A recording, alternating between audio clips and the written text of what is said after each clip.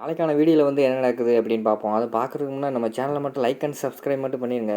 First எடுத்தோன்னே ஆதி வந்து தமிழோட ஸ்கூலுக்கு வர்ற மாதிரி தான் காட்டுறாங்க. தமிழ் வந்து வேறு ஒரு பொண்ணு கூட சண்டை போட்டு அந்த பொண்ணோட கையில் வந்து பென்சிலை வச்சு குத்திட்டாங்க. அவங்களோட பேரண்ட்ஸ் வந்து டீச்சர்கிட்ட வந்து சண்டை போட்டுக்கிட்டு இருக்காங்க. என்ன மேடம் என்ன பிள்ளை வளர்த்து வச்சுருக்காங்க, இப்படியா பிள்ளை வளர்ப்பாங்க, வன்முறையெல்லாம் செஞ்சுக்கிட்டு இருக்காங்க அப்படிங்கிற மாதிரி சொல்லிக்கிட்டு இருக்காங்க. சார் கொஞ்சம் பொறுங்க சார், தமிழோட பேரண்ட்ஸ் வந்துக்கிட்டு இருக்காங்க, வந்தோடனே சொல்லிடுவோம் அப்படிங்கிற மாதிரி வந்து டீச்சர் வந்து கொஞ்சம் சமாதானப்படுத்திக்கிட்டு இருக்காங்க. அந்த நேரத்தில் வந்து ஆதி வந்துடுறாரு. ஆதி வந்தோடனே ஆதியை வந்து தமிழ் வந்து கட்டி பிடிச்சிடுறாங்க. ஃப்ரெண்ட் இங்கே பாருங்கள் ஃப்ரெண்ட், என்னை திட்டுறாங்க அப்படிங்கிற மாதிரி சொன்னோடனே வா என்னென்னு கேட்போம் அப்படின்னு சொல்லிட்டு ஆதி கூப்பிட்டு வராரு. கூப்பிட்டு வந்தோடனே என்ன மேடம் என்னாச்சு அப்படிங்கிற மாதிரி டீச்சர்கிட்ட கேட்குறாங்க. உடனே டீச்சர் வந்து சொல்கிறாங்க, அந்த பாருங்கள் சார் அவளோட ஃப்ரெண்டு தான், 2 பேர் திக் ஃப்ரெண்டு தான், இருந்தாலும் ஏதோ சண்டை போட்டு ஏதோ மிஸ் அண்டர்ஸ்டாண்டிங்கில் வந்து தமிழ் வந்து இப்படி கையில் பென்சில் எடுத்து குத்திட்டா அப்படிங்கிற மாதிரி சொல்கிறாங்க. உடனே ஆதி வந்து அந்த பொண்ணோட கையை பார்க்காங்க. கையில் வந்து பிளட்டு வந்துக்கிட்டு இருக்கு. என்ன தமிழ் இப்படி செஞ்சிட்டா அப்படிங்கிற மாதிரி கேட்காரு. உடனே தமிழ் சொல்கிறாங்க, இல்லை ஃப்ரெண்ட் அவங்க வந்து என்ன ஃப்ரெண்ட் இப்படி செஞ்சிட்ட அப்படிங்கிற மாதிரி வந்து ஆதி கேட்காங்க. இல்லை ஃப்ரெண்ட் அவங்க வந்து என்னை தப்பாக பேசிட்டாங்க, அதனால தான் எனக்கு கோவம் வந்துருச்சு, நான் வந்து அப்படி செஞ்சிட்டேன் அப்படிங்கிற மாதிரி வந்து தமிழ் சொல்கிறாங்க. நீ என்ன இருந்தாலுமே அப்படி செஞ்சுருக்கக்கூடாது, எதுவாக இருந்தாலும் உன் ஃப்ரெண்டு தானே, நீங்கள் 2 பேரும் பேசித்தானே தீர்த்துருக்கணும், ஏன் அந்த பொண்ணு கையில் வந்து பென்சில் வச்சு குத்துன அப்படிங்கிற மாதிரி கேட்டவொடனே ஃப்ரெண்ட் அவள் என்ன சொன்னான் தெரியுமா அப்படிங்கிற மாதிரி தமிழ் கேட்குறாங்க. அவள் வந்து என்ன வேணால் சொல்லியிருட்டோம், ஆனால் நீ வந்து கையில் குத்திருக்கக்கூடாது, நீ செஞ்சது வந்து மிகப்பெரிய தப்பு, ஒழுங்காக சாரி கேளு அப்படிங்கிற மாதிரி சொல்கிறாங்க. அவள் வந்து உம்முனே இருக்கா. உடனே வந்து தமிழ் இப்போ நீ சாரி கேட்கலைன்னா நான் வந்து உங்க கூட பேசவே மாட்டேன் அப்படிங்கிற மாதிரி ஆதி சொல்லிடுறாங்க. ஆனால் தமிழ் வந்து சாரி கேட்காம அப்படியே நின்றுக்கிட்டே இருக்காங்க. பின்னாடியே வந்து நம்ம பாரதியும் வந்துடுறாங்க. பாரதி வந்தவொடனே தமிழ் வேகமாக போய் நம்ம பாரதியை வந்து ஹக் பண்ணிக்கிறாங்க.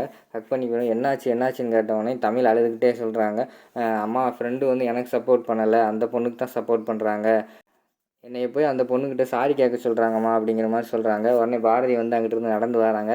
உடனே ஆதி வந்து கோவப்பட்டு கிளம்பி போயிடுறாரு. உடனே வந்து நம்ம பாரதி வந்து யோசிக்காங்க மனசுக்குள்ளேயும், பாரு என் மேலே உள்ள கோவத்தை வந்து தமிழ் மேலே காட்டுறீங்க, அது இதெல்லாம் நல்லாவே இல்லை அப்படிங்கிற மாதிரி யோசிச்சுக்கிட்டே இருக்காங்க. அடுத்த சீனில் வந்து நம்ம பாரதியோட வீட்டில் தான் காட்டுறாங்க. பாரதியும் தமிழ் தூங்கிட்டு இருக்காங்க. தமிழுக்கு வந்து தூக்கத்திலே வந்து அவங்க ஃப்ரெண்டு பேசினது, அங்கே நடந்த பிரச்சனை எல்லாம் ஞாபகத்துக்கு வருது.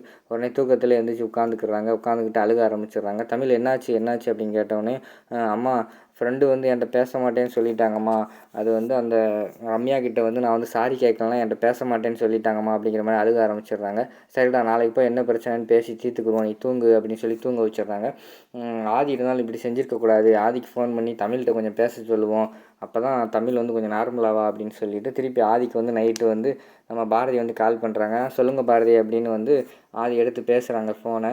தமிழ் வந்து சாப்பிடாமல் தூங்காமல் இருக்கா, இப்போ தான் சமாதானப்படுத்தி தூங்க வச்சுருக்கேன், தயவுசெய்து நீங்கள் அவட்ட கொஞ்சம் பேசுனீங்கன்னா அவள் கொஞ்சம் நல்லா ஆயிடுவா அப்படிங்கிற மாதிரி சொன்னோன்னே உடனே ஆதி சொல்கிறாங்க, இல்லை பாரதி நான் வந்து பேசுகிற மாதிரி இல்லை, அவள் வந்து செஞ்சது தப்பு, தமிழ் செஞ்சது தப்பு, இப்போயே நம்ம வந்து அதுக்கு சப்போர்ட் பண்ணோம்னா திருப்பி இதை விட பெரிய தப்பு பண்ணுவா அப்படிங்கிற மாதிரி சொல்லிடுறாங்க. அதனால் நான் பேச மாட்டேன், அவள் சாரி கேட்ட பிறகு தான் பேசுவேன் அப்படின்னு சொல்லிடுறாரு. உடனே ஆதி வந்து ஃபோனை கட் பண்ணிடுறாரு. அடுத்து வந்து பாரதியும் வச்சிடுறாங்க. சரி நாளைக்கு போய் பேசிக்கிடுவோம், என்ன நடக்குன்னு பார்ப்போம் அப்படின்னு சொல்லிட்டு ஃபோனை வச்சிடுறாங்க.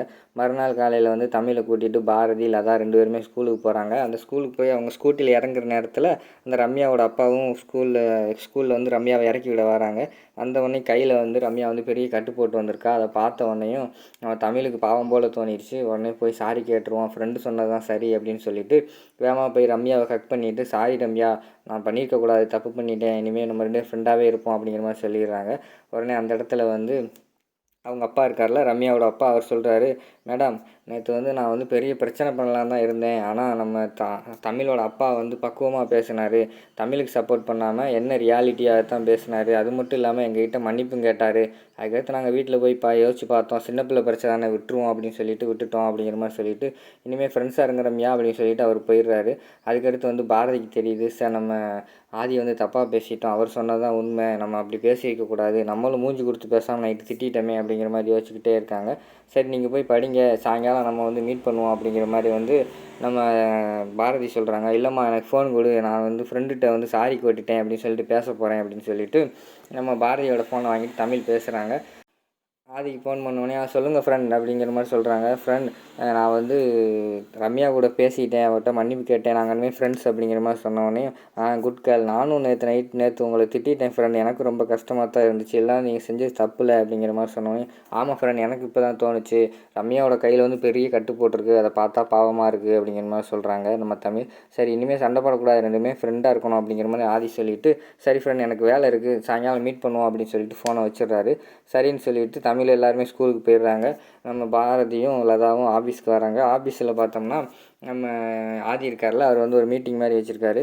இன்றைக்கி என்ன திடீர்னு மீட்டிங் வச்சுட்டேன் அப்படின்ற யாருமே ரொம்ப ஃபீல் பண்ணாதீங்க, இது வந்து நார்மலான மீட்டிங் தான். நம்ம கம்பெனி வந்து நல்லா க்ரோத் ஆகிருக்கு, அதில் க்ரோத் ஆனதுக்கு காரணம் எல்லாருமே நீங்கள் தான், அதனால தான் உங்களுக்கு ஒரு தேங்க்ஸ் சொல்லணும்னு சொல்லிச்சு, அதனால தான் உங்களுக்கெல்லாம் தேங்க்ஸ் சொல்கிறேன். அது மட்டும் இல்லாமல் உங்களுக்கு என்ன பிரச்சனைனாலும் என்கிட்ட வந்து டைரெக்டாக பேசுங்க. அதுவும் இல்லாமல் நான் வந்து உங்களுக்கு ஒரு ஃப்ரெண்டு மாதிரி, எந்த பிரச்சனைனாலும் என்கிட்ட வந்து டைரெக்டாக சொல்லலாம், என்கிட்ட சொல்லலைனாலும் மேனேஜர் இல்லைன்னா கேஷவ் இருப்பான், யார்கிட்டனாலும் சொல்லுங்கள், உங்கள் பிரச்சனை உடனே நாங்கள் வந்து தீர்த்து வைப்போம், அதுக்கடுத்து நீங்கள் வேலை பார்த்தா போதும், எந்த ஒரு பிரச்சனையை வச்சுக்கிட்டு நீங்கள் வேலை பார்க்க வேண்டாம் அப்படிங்கிற மாதிரி சொல்லிக்கிட்டு இருக்காங்க.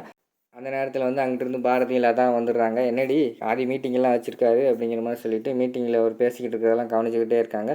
சரி இது அவ்வளோதான் முடிஞ்சு, இனிமேல் மீட்டிங் நீங்கள் போய் உங்கள் வேலையை பார்க்கலாம் அப்படின்னு சொல்லிவிட்டு ஆதி ஒவ்வொரு கேபினாக போய் அவங்களுக்கு என்னென்ன குறை இருக்குது அப்படிங்கிற மாதிரி தீர்த்து வச்சுக்கிட்டு வந்துக்கிட்டு இருக்காரு.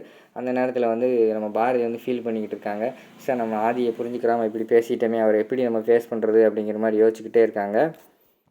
உடனே லதா வந்து என்னடி பாரதி உம்முன்னு இருக்க அப்படிங்கிற மாதிரி கேட்குறாங்க. எனக்கு ஒரு மாதிரி இருக்குடி, ஆதியை வந்து எப்படி நான் ஃபேஸ் பண்ண போகிறேன்னு தெரியலை அப்படிங்கிற மாதிரி சொல்கிறாங்க. நீ ஒன்றும் கவலைப்படாத, ஒவ்வொரு கேபினாக போய் பார்த்துக்கிட்டு வரார்ல, கண்டிப்பாக உன் கேபினுக்கும் பார்க்க வருவார், நீ அப்போ சாரி கேட்டுரு, ப்ராப்ளம் சால்வ் ஆயிரும் அப்படிங்கிற மாதிரி சொல்லிடுறாங்க. சரி வரட்டும் பார்ப்போம் அப்படிங்கிற மாதிரி சொல்லிடுறாங்க பாரதி. அதே மாதிரி ஆதி வந்து டைரெக்டாக பாரதியோட கேபினில் வந்துட்டு பாரதிகிட்ட பேசலை.